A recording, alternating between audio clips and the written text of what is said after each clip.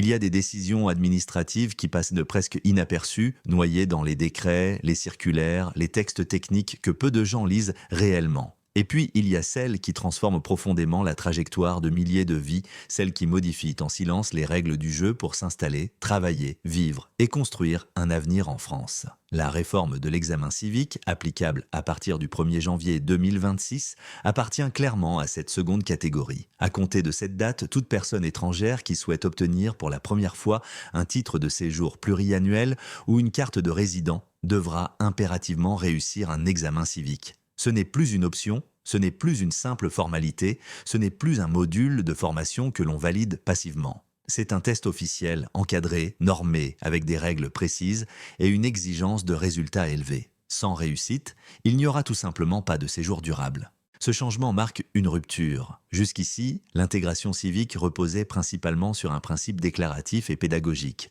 On suivait une formation, on assistait à des sessions d'information, on signait un contrat d'intégration républicaine. Désormais, l'État français ne se contente plus de proposer un cadre. Il exige une preuve concrète de compréhension et d'adhésion aux règles communes. L'intégration devient mesurable, elle devient évaluée, elle devient conditionnelle. Cette réforme s'inscrit dans la loi du 26 janvier 2024. Elle a été pensée, assumée et défendue comme un outil de durcissement des critères d'accès au séjour durable. Le message est clair et ne cherche même plus à être atténué.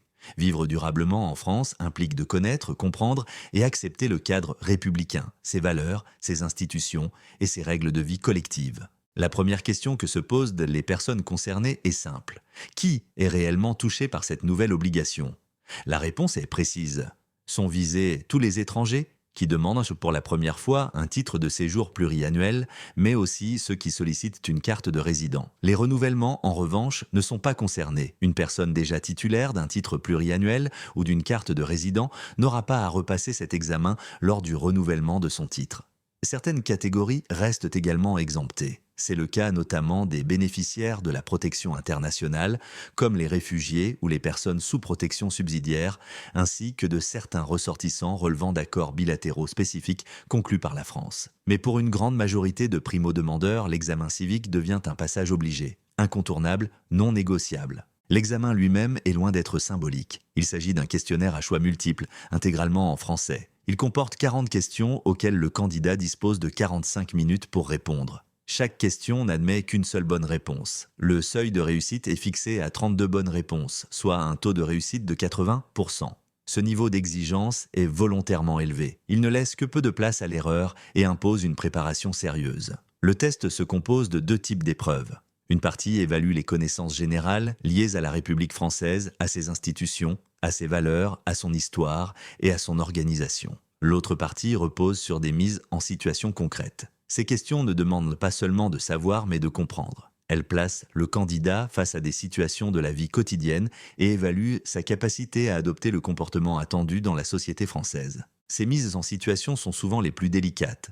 Elles touchent à des sujets sensibles comme les relations hommes-femmes, la laïcité, le respect des règles dans l'espace public, les rapports avec l'administration, l'école ou le monde du travail. Il ne s'agit plus seulement de réciter une règle, mais de démontrer une compréhension conforme aux normes sociales et juridiques françaises. L'ensemble des questions repose sur 5 grands axes. Les principes et valeurs de la République occupent une place centrale. Liberté, égalité, fraternité, laïcité, neutralité de l'État, égalité entre les femmes et les hommes, lutte contre les discriminations. Viennent ensuite les institutions et la vie politique avec le rôle du président de la République, du Parlement, du gouvernement, de la justice et l'organisation territoriale du pays. Les droits et devoirs des citoyens et des résidents sont également au cœur de l'épreuve, tout comme les repères historiques, géographiques et culturels. Enfin, la vie quotidienne et le vivre ensemble constituent un volet essentiel, souvent sous-estimé, mais déterminant dans l'évaluation finale. Il faut également comprendre que le niveau de difficulté varie selon le titre demandé. Pour une carte de séjour pluriannuelle, les questions restent relativement accessibles pour une personne correctement préparée. En revanche, pour une carte de résident, l'exigence est plus élevée. Les questions sont plus précises, les mises en situation plus complexes et les attendus plus stricts. Cette différence reflète la logique même de la carte de résident qui ouvre la voie à une installation durable, presque permanente, sur le territoire français. L'un des points les plus déterminants de la réforme concerne le calendrier. L'examen civique doit impérativement être réussi avant toute démarche en préfecture. Sans attestation de réussite, le dossier ne peut même pas être enregistré. Il ne s'agit donc pas d'un élément parmi d'autres, mais d'un préalable absolu. En revanche, une fois obtenue, l'attestation n'a pas de durée de validité. Elle peut être utilisée à tout moment, même plusieurs années après l'obtention. Autre élément important, l'examen peut être repassé autant de fois que nécessaire. Il n'y a pas de limitation du nombre de tentatives. Mais chaque échec retarde mécaniquement le projet de séjour durable, avec toutes les conséquences que cela implique sur la stabilité administrative, professionnelle et personnelle. Pour accompagner cette réforme, le ministère de l'Intérieur a mis en ligne une plateforme officielle gratuite destinée à la préparation de l'examen. Elle centralise le programme, les fiches thématiques, la liste officielle des questions de connaissances, les modalités d'inscription et les centres agréés. Cette formation s'inscrit dans le cadre du contrat d'intégration républicaine et est dispensée sous l'égide de l'OFII. L'État fournit donc les outils, mais la responsabilité de la réussite repose entièrement sur le candidat. Cette première partie permet de mesurer l'ampleur du changement. Mais l'examen civique ne concerne pas uniquement les titres de séjour. À partir de 2026, il devient également obligatoire pour la naturalisation. Et c'est là que les enjeux deviennent encore plus importants. La réforme de l'examen civique ne s'arrête pas au titre de séjour. Elle franchit une étape supplémentaire en s'étendant, à compter du 1er janvier 2026, aux demandes de naturalisation française. Par un décret publié à l'été 2025, le gouvernement a acté que toute personne souhaitant devenir française devra, elle aussi, réussir cet examen. Jusqu'à présent, l'accès à la nationalité reposait principalement sur un entretien individuel en préfecture, au cours duquel était évaluée l'assimilation à la communauté française, la connaissance de la langue et la compréhension des valeurs de la République. Désormais, cet entretien ne suffira plus. Il sera précédé d'un test standardisé, identique pour tous, avec des critères de réussite chiffrés et objectifs. Ce choix politique traduit une volonté claire de l'exécutif. Harmoniser les exigences et entre les différents statuts, du séjour durable à l'accès à la nationalité. Mettre fin à une forme de subjectivité dans l'évaluation de l'intégration. Et surtout, affirmer que l'adhésion au cadre républicain ne peut plus être simplement déclarée ou supposée, mais qu'elle doit être démontrée de manière formelle. Pour les candidats à la naturalisation, cette évolution change profondément la préparation du projet. Il ne s'agit plus seulement de bien se présenter à un entretien, mais de maîtriser un corpus précis de connaissances et de normes sociales. Les mêmes règles s'appliquent. 40 questions, 45 minutes, 80% de réussite. Le niveau de difficulté est assumé comme plus élevé que pour une carte de séjour pluriannuelle. Les attentes sont renforcées, car l'enjeu est différent. Devenir français implique une adhésion pleine et entière aux principes qui fondent la République. En cas d'échec à l'examen civique, les conséquences sont immédiates. Pour un titre de séjour pluriannuel ou une carte de résident, le dossier ne peut pas être déposé. Il est bloqué en amont.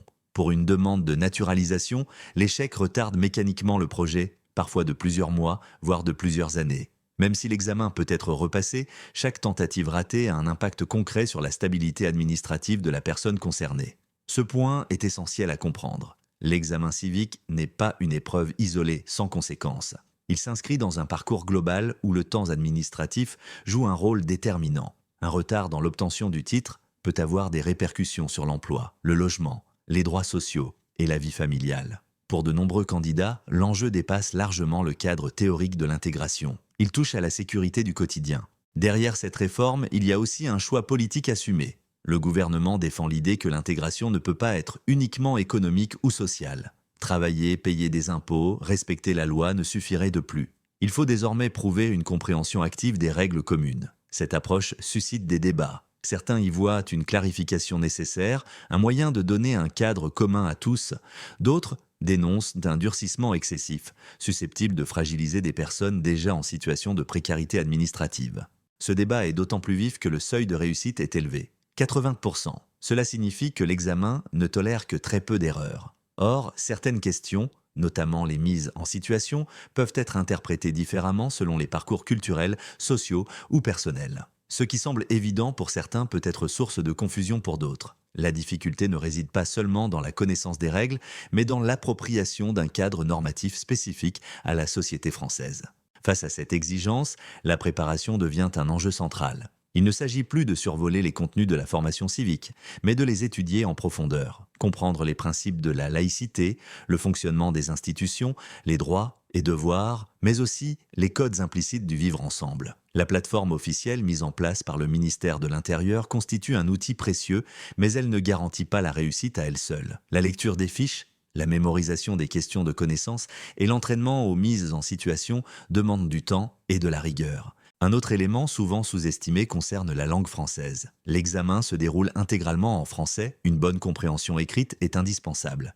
Les formulations peuvent être complexes, les situations décrites de manière subtile. Une maîtrise approximative du français peut suffire à compromettre la réussite, même lorsque les valeurs sont comprises sur le fond. Cela pose la question de l'égalité réelle entre les candidats, notamment pour ceux qui vivent et travaillent en France depuis plusieurs années, mais dont la maîtrise linguistique reste fragile. L'État répond à cette critique en mettant en avant l'articulation entre l'examen civique et les formations linguistiques prévues dans le cadre du contrat d'intégration républicaine. En théorie, ces dispositifs doivent permettre à chacun de se préparer dans de bonnes conditions. En pratique, les délais, les disponibilités et la qualité des formations varient fortement selon les territoires. Là encore, la responsabilité finale repose sur le candidat. Cette réforme transforme profondément la manière dont l'intégration est pensée et évaluée en France. Elle introduit une logique de contrôle et de validation qui s'apparente à une sélection. Le séjour durable et l'accès à la nationalité ne sont plus uniquement des étapes administratives, mais des objectifs conditionnés à une réussite formelle. Pour certains, cela renforce la cohérence du système. Pour d'autres, cela ajoute une barrière supplémentaire dans des parcours déjà complexes. Quoi qu'il en soit, le message adressé aux étrangers est désormais sans ambiguïté. S'installer durablement en France exige un engagement clair envers les règles communes. Cet engagement ne se limite plus à des déclarations d'intention. Il doit être prouvé, démontré, validé par un examen. À partir de 2026, ignorer cette réalité, c'est prendre le risque de voir son projet de vie suspendu, voire remis en cause. Ce nouveau dispositif marque une étape importante dans la politique d'immigration et d'intégration française. Il redéfinit les contours du séjour durable et de l'accès à la nationalité, et il impose, à tous ceux qui souhaitent de construire leur avenir en France, une préparation sérieuse, anticipée et consciente des enjeux. Le temps de l'intégration déclarative est révolu. Désormais, l'intégration se passe aussi par la réussite à un examen. Pour accompagner cette réforme, le ministère de l'Intérieur a mis en ligne une plateforme officielle gratuite destinée à la préparation de l'examen. Elle centralise le programme, les fiches thématiques, la liste officielle des questions de connaissances, les modalités d'inscription et les centres agréés. Cette formation s'inscrit dans le cadre du contrat d'intégration républicaine et est dispensée sous l'égide de l'OFII. L'État fournit donc les outils, mais la responsabilité de la réussite repose entièrement sur le candidat. Cette première partie permet de mesurer l'ampleur du changement. Mais l'examen civique ne concerne pas uniquement les titres de séjour. À partir de 2026, il devient également obligatoire pour la naturalisation. Et c'est là que les enjeux deviennent encore plus importants.